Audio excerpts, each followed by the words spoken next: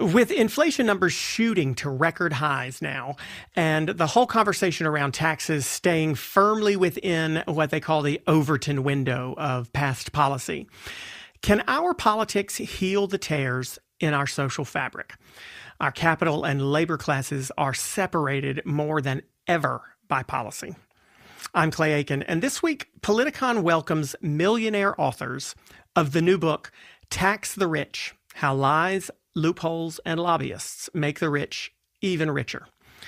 Morris Pearl and Erica Payne are joining us this week on How the Heck to discuss the inequalities that drive the division in our country and how we can fix them. Do they have the answers that'll bring our country together?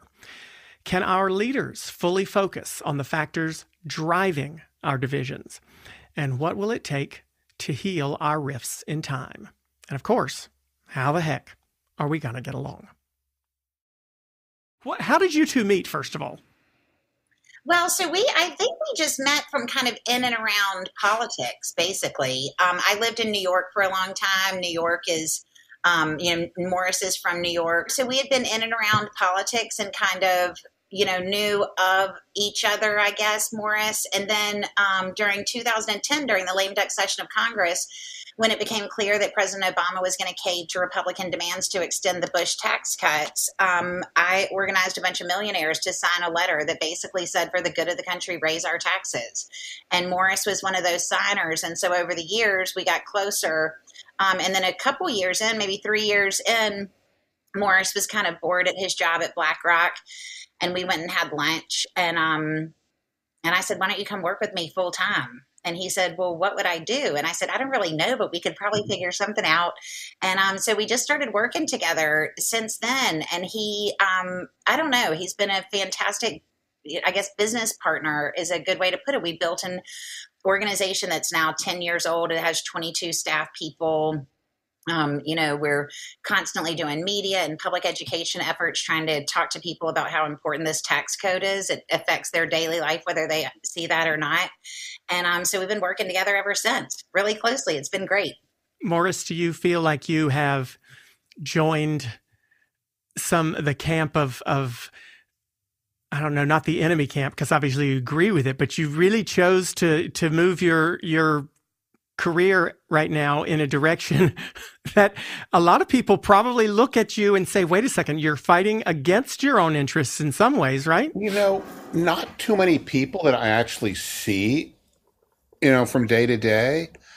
I can think of once or twice when I've actually met people I know who were actually opposed to the policies we're working on for one reason or another. But pretty much everyone around here agrees that we have too much inequality in our country, that it's destabilizing. The story from the introduction of the book is that I was having lunch at a due diligence meeting in a top floor penthouse dining room at a bank in Greece, Athens, Greece, one day. And I walked over to the window so people wouldn't see I was taking 2 desserts from the buffet. And sounds like me. I saw a parade for a minute, and I was thinking, it's not a holiday. We're working. These guys are working. And I realized it was a riot moving down the street. And I walked back to, rejoin these guys. And, I thought to myself, are we really doing any good for anybody else except for these couple of dozen people whose jobs we were trying to save by getting their bank bailed out from the IMF?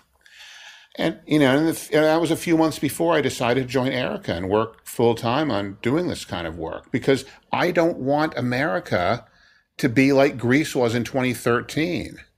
I don't want America to be like South Africa was in the late 70s and 1980s. None of those things ended well for the rich people either. And I really feel that we're on a bad course. There's people uprisings in the streets, as we speak. So we touched on this a bit in the intro, but just to give people a little clearer picture of what the heck we're talking about here, you have written a book, Tax the Rich, that's titled Tax the Rich.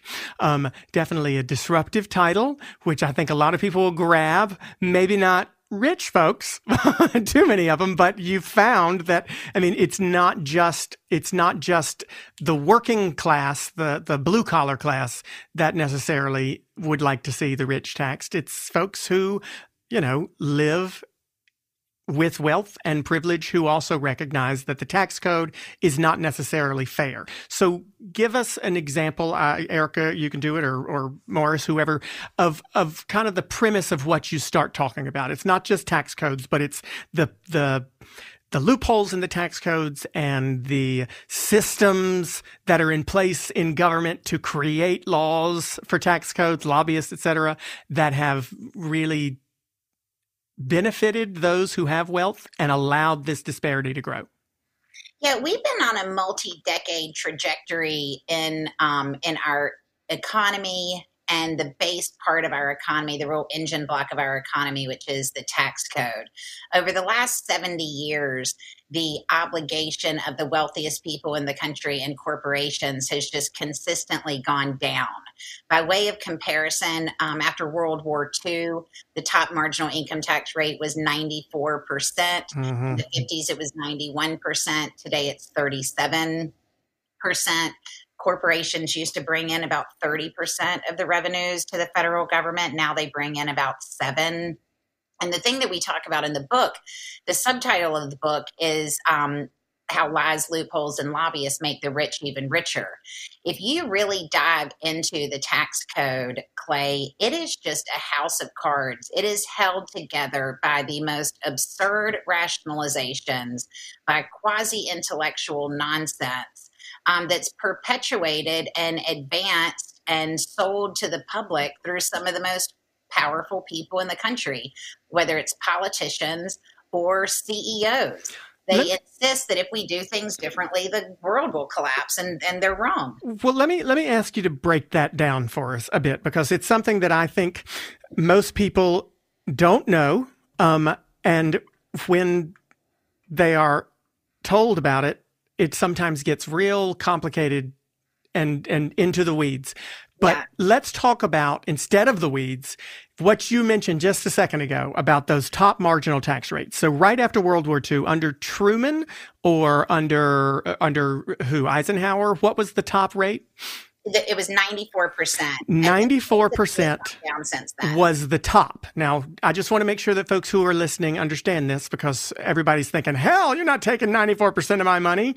Tax codes are complicated, right? So who paid that 94% and what did they pay it on? Do you know? A very, very tiny portion of people. And the way that what we mean when we say marginal tax rates, let's just back up and make it right. A little simpler to start with. You bring a certain amount of money in. The government has a standard deduction that's today around 25 grand. So that you get to keep, you don't pay any taxes on. Now, after that first amount, with each subsequent additional dollar you make, you pay a little bit more taxes, and they group them in segments. So there's, for the first little 100,000, you pay X amount, for the next amount and X amount. It goes up from there, and it maxes out at 37% for anything over 622,000. So right, but we're not talking about I want to make sure we're getting crystal clear. We're not saying that in any of these scenarios, because, a lot of folks don't make $620,000 a year, so they don't understand what happens when you get up there. We're not saying that the tax code says anybody who makes over $620,000 a year will pay X amount on their taxes. What the tax code, and correct me if I'm wrong, says is if you make over $100,000 a year, we're going to take a higher percentage of that little portion that is above $100,000 a year. So if you make $101,000 a year, then we're going to tax you at this rate for $100,000, and then that $1,000 that's above $100,000, we're going to tax you at a higher rate for. So is that right? That's exactly right. Okay. And so this is where the rigging of the economy begins, Clay. So we call it the bracket racket. All right, right now the top bracket is 37%, and you only pay that if you're making above about 622,000. So that means that the next 1,000 you make above that number, you'll pay 37%, 37% for the rest of it. If you ever make above 600, and say it again, sorry. It's around $620,000. So if you ever are lucky enough to make $620,000 a year, then you're still going to get lower taxes for all that money before 620. But after 620, anything above that is going to get the 37% marginal rate. 37%. Right? Okay. But keep in mind that you're going to pay that if you make $622,000 a year, if you make $1 million a year, if you make $10 million a year, if you make $50 million a year, if you make $100 a year. And this is one of the things we talk about in the book. Because the top marginal bracket is so low, and it ends at 622,000. People who are making 600,000 are basically treated the same as people making 10 million.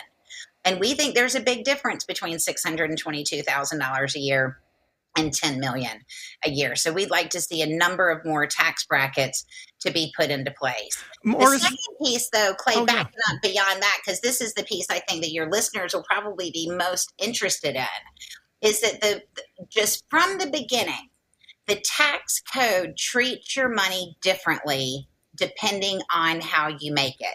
So if you work for a living, you have a different set of tax rates than if you invest for a living.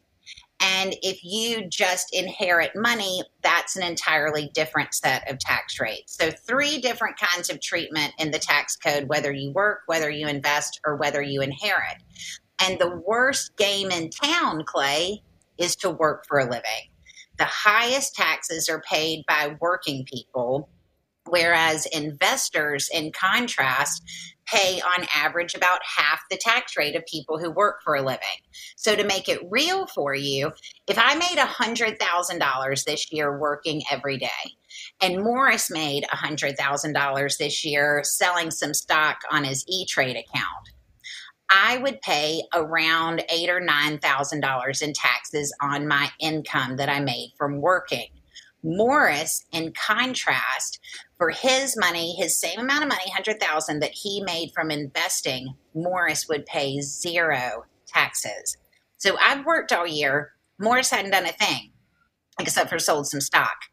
I end the year about $9,000 poorer than Morris. Lucky Morris. Up from there. Yeah, lucky Morris. Morris, who started the problem here? I mean, there's a whole bunch to talk about in this, but if you're talking about 94% and then down to 7% or 70%, and now we're all the way down to 30, who do you think, Morris, is who was the biggest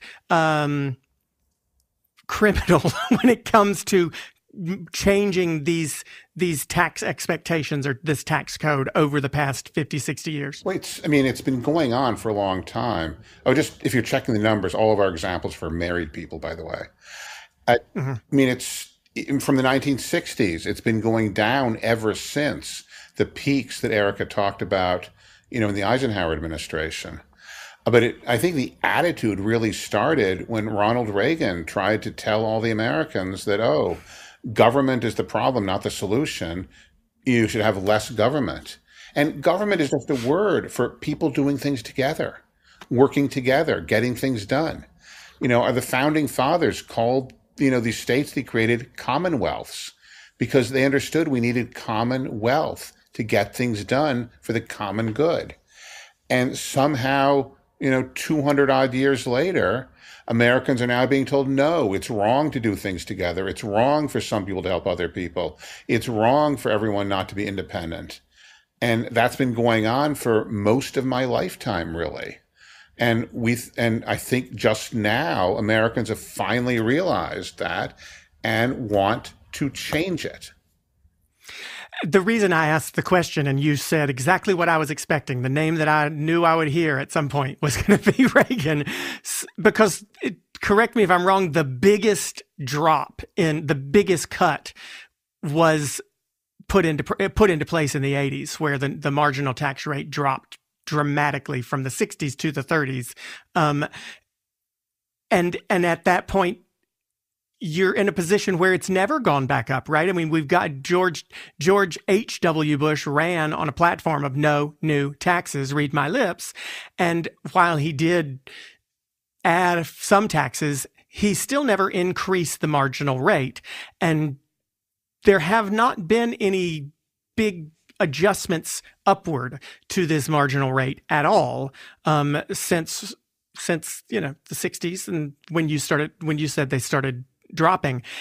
Are we just at a point where anyone who dares increase the rate, even if it doesn't affect me, I'm going to oppose because I hear the word tax increase?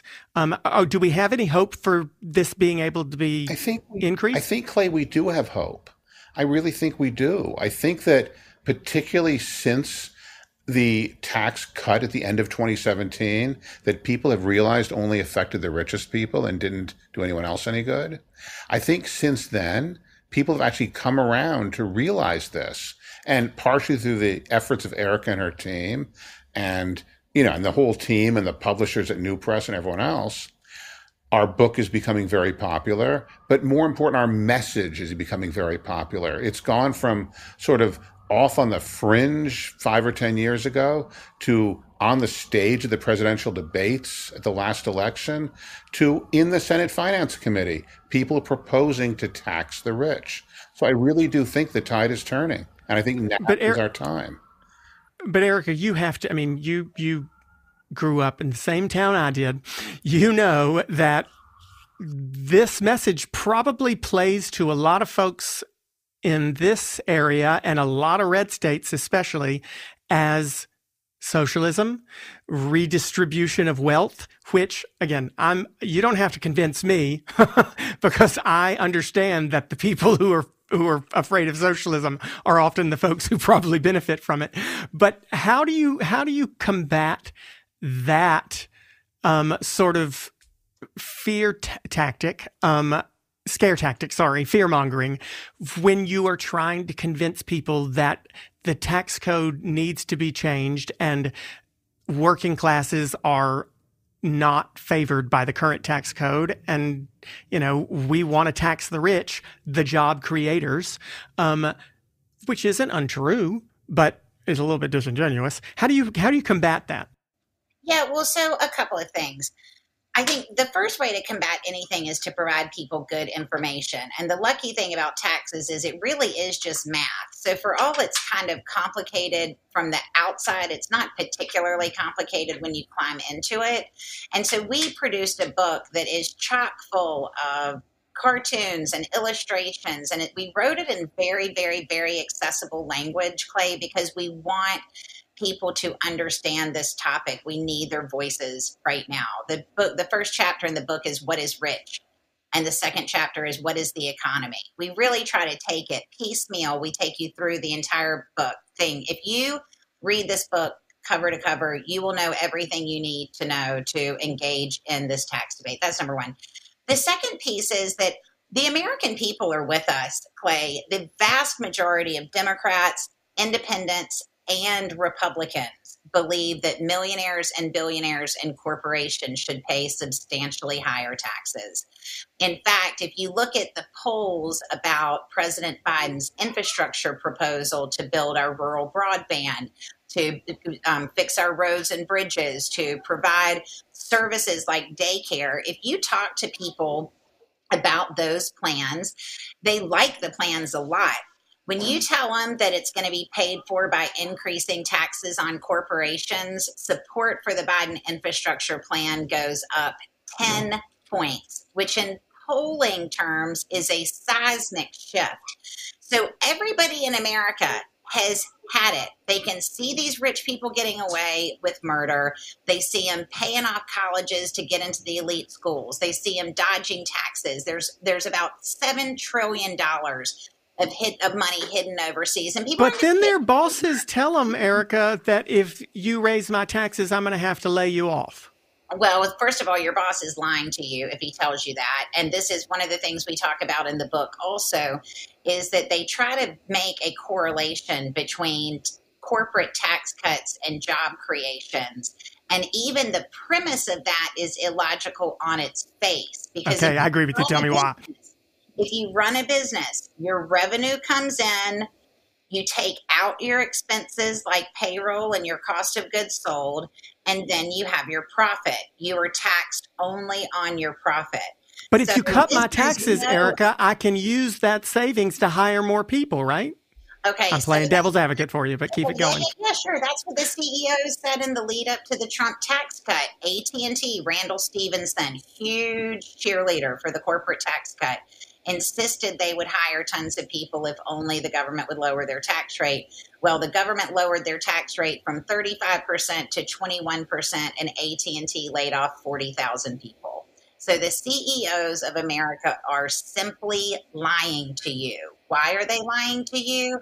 Because they are paid on profits, and they don't want any of those profits going to fund things like roads, bridges, schools, and rural broadband, because if they have lower taxes, they bring home less money and they are not able to afford their private jets, their luxury yachts, and their art collections.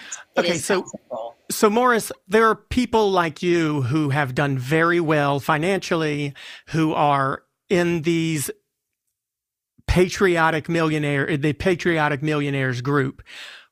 Why are some of you willing to do this and understand this, but others are not? What is it? What's the difference between those like yourself and Warren Buffett, who has also said very similar things about his tax rate being lower than his secretaries?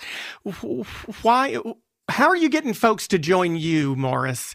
And why are others not? It's a word of mouth kind of thing. But frankly, most people we talk to are on our side. Not everyone wants to send in money and become a dues-paying member to send in money to help support the staff. But I think most people agree with our premise. It's just a lot of people are kind of afraid. People that are stockbrokers. Oh, I don't want to say anything that one of my clients might not like. Or people in the asset management business. Oh, well, I don't want to, I can't promote a policy that, might be against my client's interest or my customers or something. They're afraid because they've been taught this ridiculous story about, oh, we must appease the rich people, or if we don't appease them, they'll take their money and move to Somalia or something. I mean, let me tell you, Clay, they're not going to move to Somalia. I've been to Somalia. They are definitely not going to move to Somalia. People want to live in the United States of America because this is the kind of place where you can build businesses and make fortunes. And there's just somehow they were given this line that we must appease the rich or else they'll move away. And people bought it. And talk about, Erica, the ideal sort of tax structure. I mean, you're not talking about raising the marginal rate from 37% to 96, 70. It's something so high on people who are making anything over 600,000. You're talking about adding more rungs to the ladder, correct? That's exactly right. And I just want to clarify, from the beginning, the Patriotic Millionaires are 10 years old. From the beginning, we have said we only have any interest in taxing people who make more than $1 million a year in income. So if you make $999,999.99, we do not want you to pay higher taxes. If you, on the other hand, make $1,001 next year, we would like you to pay higher taxes on that additional dollar. The other people we want to tax are people who have assets of $5 million, okay? This does not include, we do not consider you rich for our purposes if you have a home worth $2 million and you have $1 million mortgage left on it and you make $300,000 a year. We don't have any interest in taxing you. We want to tax people who make $1 million or more of income a year and people who have assets of $5 million a year. And the first way we want to do that is to make sure that all the money that people bring in over $1 million is treated the same. Right now, if I inherited $11 million, I would pay zero taxes on that inherited fortune. If I work for a living, entertainers, if you're an entertainer and you make $11 million, you will pay around $4 million in taxes. So the loopholes, right? Because there's plenty of those. Cry me a river for, somebody making $11 million a year, but we don't see any reason why inherited income or investment income should be treated differently than ordinary income when you're talking about money over $1 million a year. Working people are getting screwed, Clay. They are paying twice the tax rate of the richest people in the country. And talk about some of those loopholes, because there's different tax rates, as you mentioned already once before, on whether or not you are a corporation or you are an individual. So corporations themselves pay less taxes than individuals do. That's right. Corporations right now have a top statutory rate, meaning the stated rate is 21%. It used to be 35% until Trump and the Republicans rewrote the whole federal tax code in 2017. But 21% is substantially lower than the 37% that working people are making. And most corporations have so many loopholes they take advantage of that you may have seen a report a few days ago that 55 of the biggest companies in the country paid zero federal income tax last year, including FedEx, Nike, Hewlett Packard, and the list goes on. There's a bunch of shenanigans in the tax code that have to be dealt with. Morris, what about, I loved The West Wing when it was on, loved it. And there was a line in that show that had always stuck out to me that I'm not a great quote rememberer, but there was one in that one where they said, the problem with the American dream is everybody believes one day they'll be rich. So you're fighting against this American dream where, yeah, I may not be making over $600,000 now, but I one day want to be making $1 million a year.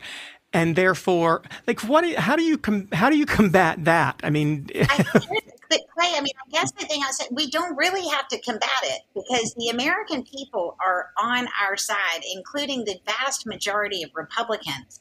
People agree that millionaires and corporations need to pay higher taxes. The people who don't agree with that are the bought and paid for politicians in Washington and their millionaire and billionaire backers. That's the fight. The fight is not against average Joe walking down the street. They may or may not believe that they're going to get to be wealthy one day, but even if they think they're going to be wealthy, polls have shown that the vast majority of regular people recognize the fact that millionaires, billionaires, and corporations are not paying their fair share and that the middle class is holding the bag. I think even the guys who think they're going to be millionaires someday are okay with paying a higher tax rate on their second million and their 10th million. And we have no intention of taxing them on their first $1 million. So I think they're okay with that. I really do. What, Morris, do you think would be, let's assume in a real world scenario that this administration or any other administration who might agree with you, future administration may agree with you, can't get everything they want. What, Morris, do you think is more pressing, the changing the tax code and addressing the wealthiest American individuals, the Jeff Bezos, the Warren Buffetts, the Mark Zuckerbergs of the world, or addressing the tax loopholes that corporations are paying? Because they're two very different things. Well, I think the former is very important because the richest people in our country basically pay very little taxes because they're so rich they don't need any income. And we only tax income, not wealth. Somebody like Mr. Bezos has never made very much income. He doesn't need to. He's a billionaire. So he can sell little bits of the stock in the company that he founded every year if he wants to, and have some capital gains on which he pays very little taxes. And he doesn't need any actual income. Warren Buffett's income has been only $100,000 a year for many years. He doesn't need much income either, even though he's a wealthy billionaire. So I think that's part of the problem, is that the wealthiest among us don't pay taxes because we only charge income taxes. When our country was created, our tax system was based on real estate taxes, and almost all wealth was real estate. So people did pay tax based on their wealth back in the day. We've shifted that now. And people still do pay real estate taxes if they're homeowners. But we now don't do that anymore. And I think we have to go back to that system where the wealthiest people pay a tax on a tiny percentage of their wealth every year. And Clay, I'd love to pick up on this also if I could with Morris. So let's take Jeff Bezos. Okay, news came out a couple of days ago that he bought a little baby yacht to help tend to his massive yacht that he is building. He is building a $500 million yacht for his. Like you do, you know. Okay.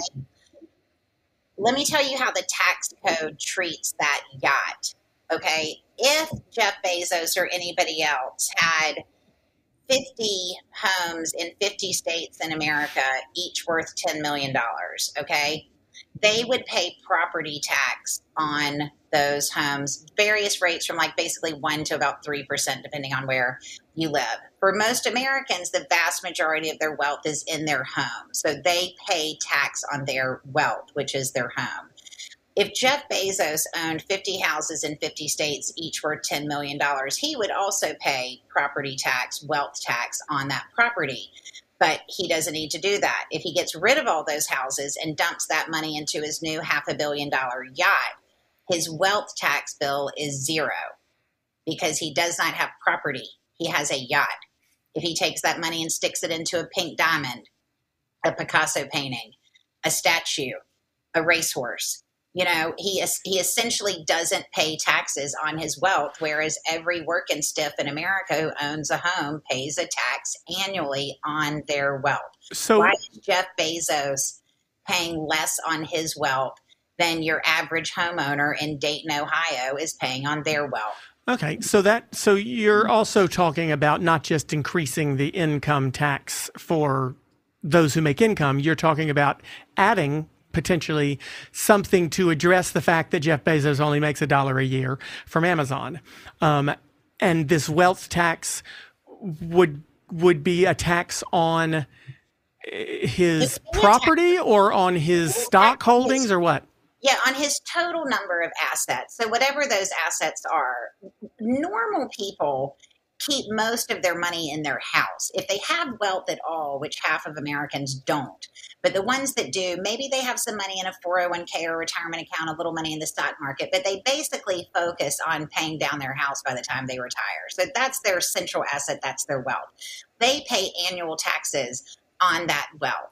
Jeff Bezos and other rich people like him, in contrast, they may own some houses, but the vast majority of their wealth is either in the stock market, it's in art, it's in jewelry, it's in one of them. I read something the other day. Some dude spent, I think, $12 million on a 12-foot shark that an artist, I don't know what he did to the shark. But what happens when it dies? I mean, anyway, they don't pay taxes on any of their wealth, whereas regular Americans pay taxes on their wealth. So we like to see a wealth tax.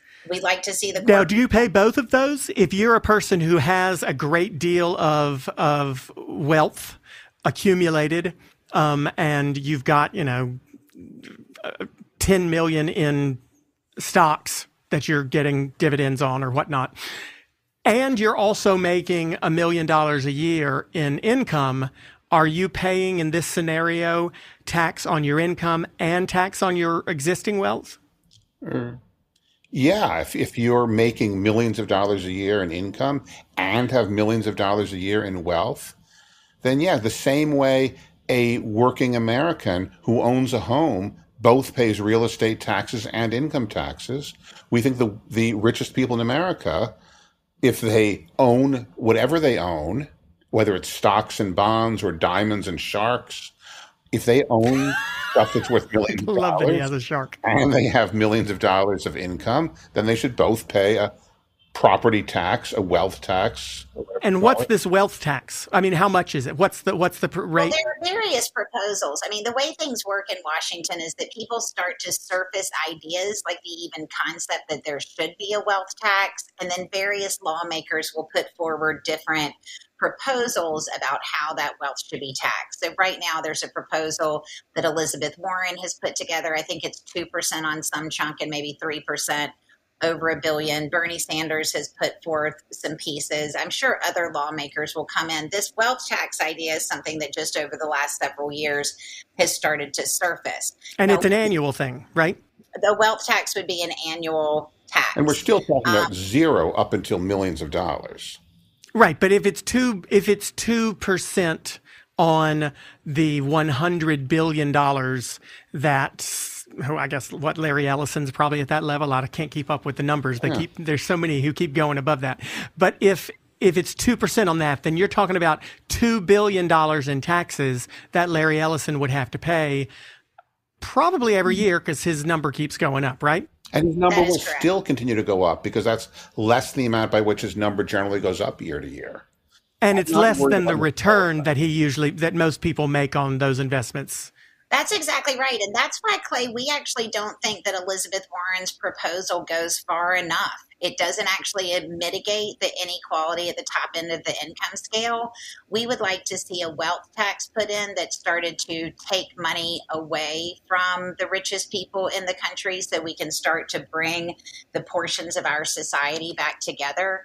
Our solution for the country as a whole is to start making corporations and millionaires pay their fair share, reinvest in our communities in a variety of ways, but really deliberately use the tax code to have them be less rich. Because if you only tax them at 2% and their return is at 5%, then they're still going to make that additional 3% spread on a huge amount of money, which means as years go on, we're going to be more and more unequal. And we're right now more unequal than we've been in 100 years. And our society is not very stable right now. What do you say to the people who are going to say to you, that just sounds punitive? Like you don't like rich people, so we're going to punish them. Look, first of all, I would say to most, go ahead, Morris. We are the patriotic millionaires. I was going to say, do you feel punished? We like rich people. We think everyone should be rich. We just think that those people who are very rich should pay a little bit more in taxes so that those people who are not rich don't have to shoulder the entire burden by themselves.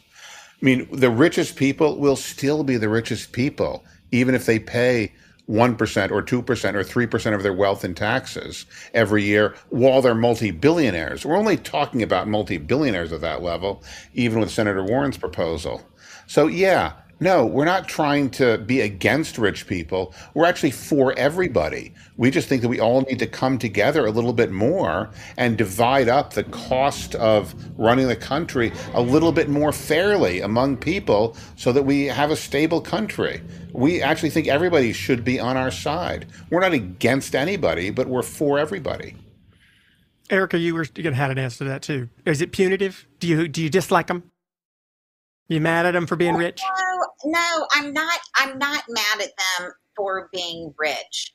I am extremely mad at wealthy people who spend a tremendous amount of money and political power to continue to rig an economy in their favor. They get special breaks in the tax code.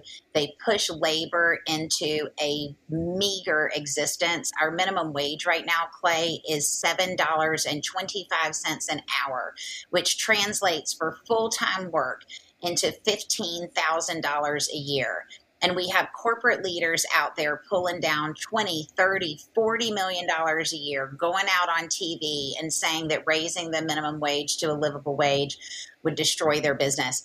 I disagree.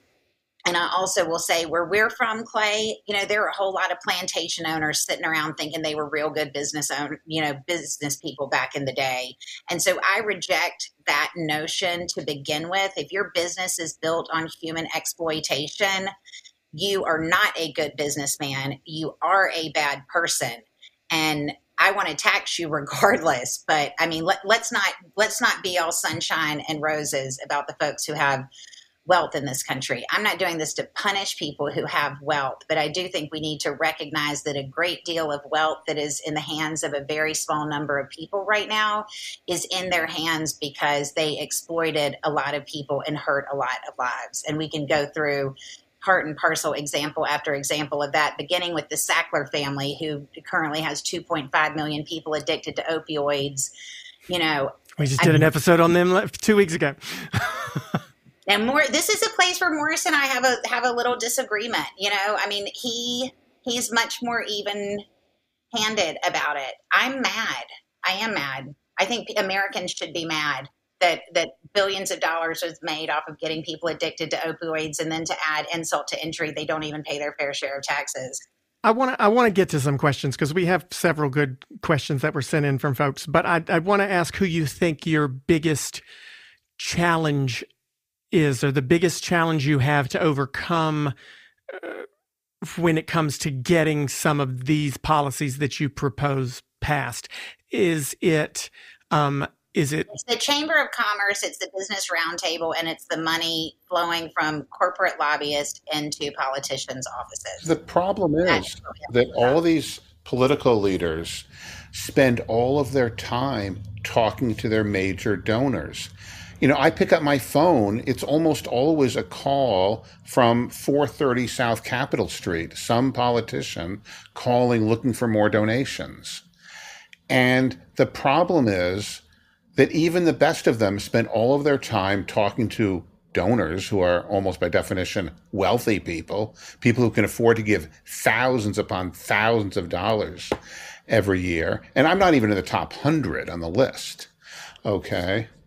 And those people who can give hundreds of thousands of dollars, you know, the saying is you can't buy votes, but you can buy time with senators and representatives.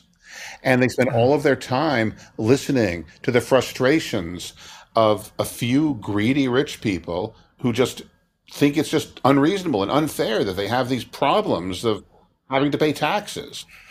Trust me, I don't like to make it too much about my experience, but when I ran for Congress, I spent way more time having to raise money than I ever would have seen on West Wing. He never picked up the phone to raise money at all.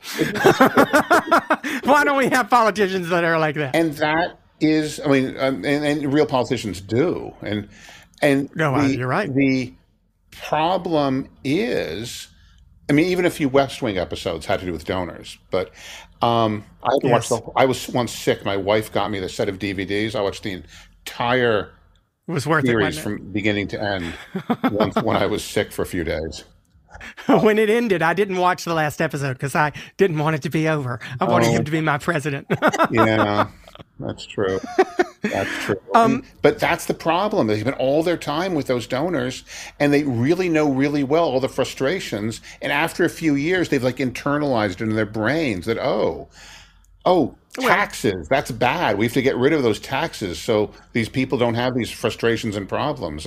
And they have to run again in 2 years or 6 years, and therefore they need to make sure they keep those folks happy for the next time they got to make a phone call and get a check. I'll have to let me ask. Okay, it's either Anastasia or Anastasia from Miami, Florida. Sorry, Anastasia asks, when people talk about progressive taxes, wouldn't we be in better shape if they increased with age instead of income? No. Because we have plenty. Okay, I don't understand the question, but I thought it was interesting, so I thought I'd throw it at you. Morris, your response was a little more animated, so let's go with you. We have plenty of old people who are not rich. Right. And where's their income coming from? We have some young people who are very rich. I mean, we want to tax people who make more money more than people who make less money. We don't want to tax old people more than young people if the old people are poor and the young people are rich. That doesn't. They're usually on fixed incomes, and then most of their money's coming from Social Security those who anyway. Are rich, we think should pay higher taxes. I mean, we think it should be based on whether or not you're rich or make a lot of money, not on your age. So my answer is no. Okay, Erica. Tony from Salt Lake City asks, bringing capital to the disadvantaged is important, but if CEOs and financiers won't hit the streets to change the culture, won't any cash just end up back in their pockets with a little extra social credit on the side? I don't think I understand the question. Let me read it again. Bringing capital to the disadvantaged. Let me take out this part and just get to, I guess he's saying CEOs and financiers won't hit the streets to change that if CEOs and financiers don't actually get involved to change the culture, then will we get anything done? I guess what Tony's asking. Sorry, Tony. A little verbose there. He's asking, don't you have to have those CEOs and financiers getting involved in order to? Well, so So there was a study done out of Princeton several years ago that showed that regular people have a statistical zero chance of having any impact on public policy unless either the investor community or the investor community and the business community support them. That I don't know if that is entirely true, but the study showed that it was, and it certainly feels true. It's one of the reasons for the Patriotic Millionaires. We think it's very important to have a business and investor voice offering a counter weight to the self-interested business voices that we hear out of the Chamber of Commerce and the Business Roundtable. The Chamber of Commerce is the largest lobbying organization in the country. It basically it pretends like it represents, these small chambers of, I remember going to events at the Chamber of Commerce in Raleigh. That is not the National Chamber of Commerce. I think most people think chambers of commerce are parts of the government. And the National Chamber of Commerce, which is the biggest lobbying organization in the country, actually represents about 60 of the biggest companies in the country. And so they put forth this assertion that they represent all business people in the land. That is an inaccurate assertion. They're actually the key lobbyist for 60 companies. And so we wanted to bring together some business leaders and investors who have a different point of view. I think Morris says repeatedly to people, he says he's not any more altruistic than the next person. He just wants to live in a different kind of country than a lot of other rich people do. Our country is failing right now, Clay. We have the highest level of inequality that we have had in 100 years. Our social fabric is ripping apart. I don't care what side of the political aisle you are on, you can see that. And it's because our wealthy people have been advantaged through the tax code for so long. They essentially live in a different universe. Our working class folks are working for $7.50, $8, $9 an hour. Nobody can live on that. And people can recognize that they don't have any power in the system. The whole thing needs to be fixed. I think go ahead, Mark. Just take what your questioner may have been getting at is that these things really will help everybody. I think right now, just over here, there's people who don't know how they're going to pay their rent next month, for God's sakes, because they were laid off because of the pandemic. I think if we really change our society and we really have people feeling secure in their jobs, that's great for them, but it's also going to help the landlords and the people that own the bodegas on their streets and the people who own the bars where they drink. And it really will end up helping rich investors too, if we're able to make our society more stable and have all the people who are laid off and are having trouble surviving and are sometimes taking opioids to just take their mind off their problems back in the regular middle-class existence that many of us grew up in and remember. Well, I will say that I've always found it somewhat ironic, the slogan of "Make America Great Again," when those times that so many people are longing for, the Donna Reed era, I guess, maybe. The Archie Bunker. Were times when the marginal tax rate was a hell of a lot higher, the middle class was a shitload stronger, and the income inequality was far less. And I will say, we have a great audience that goes out and actually reads the books when we do have guests on who've written books. And I will say, I encourage you to check this one out, because what I think becomes incredibly complicated, what becomes difficult about this argument is that the talking points, so to speak, for this particular side, this progressive side, are difficult to fit on a bumper sticker often, in ways that I think the other side, the rich folks who don't want to have taxes, have been able to use terms like job creators and socialism and wealth redistribution as scare tactics. And the response to that can often be really, really, like I said, weedsy and complicated and tough to digest and understand. And I have to say, I've got to give props to both of you and all those who worked on the book with you, because if you're interested in any of this, if you have been, I'm talking to listeners now, if you have been interested in this topic, if you have long believed that the wealthy are not paying their fair share and corporations are taking advantage of loopholes and getting away with not having to pay for the roads and bridges that you have to pay for and all that stuff, if you're like that and you can't win arguments at the dinner table at Thanksgiving with your relatives who disagree with you, this is a book to grab, because not only do they make them for you, but they explain it a lot of times in ways that are irrefutable and much easier to digest. So I want to make sure I get the whole subtitle in, because all you need to do is search for Tax the Rich and Morris Pearl and Erica Payne. But the entire title is Tax the Rich: How Lies, Loopholes, and Lobbyists Make the Rich Even Richer. Lots of alliteration. Tax the Rich: How Lies, Loopholes, and Lobbyists Make the Rich Even Richer. It'll help you to, if this is a subject you're interested in, it'll help you to form your arguments very coherently, and you'll have Morris and Erica to thank for that. And I thank you both for doing this with us this week and for breaking some of this down. We do have a goal here with this show to not just show one particular side or the other, even though I am proud to own my bias often, but we try to show both sides, and we do want people to get along better. But in order to do that, you have to be educated, and I appreciate the fact that not only have you educated us this tonight and this week, but you have done it in the book. And I have to ask you, we'll start with you, Erica. We'll let Morris do it second. I got to ask you, Erica, how the heck are we going to get along? How are we going to get along? Well, we're going to take a deep breath, and we're going to realize that our future is a shared future, and we don't have any choice but to get along. We are in this together. I have a lot of people in my life who have different political views than I do. My father-in-law loves Donald Trump.